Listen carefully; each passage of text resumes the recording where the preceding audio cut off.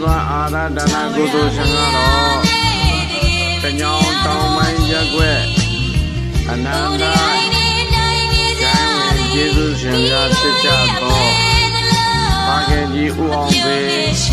မိခင်ကြီးတော်ထွေးတို့ကိုရည်စူး၍သာသမီဖြစ်ကြသောမကြီးကြီးမဆွေကိုကြည်ဝင်းခေါ်ကိုချက်ကောင်းဖို့နတ်လူသားတို့ခေါ်ဆိုနိုင်ကြပါစေသောဣတိစပွဲ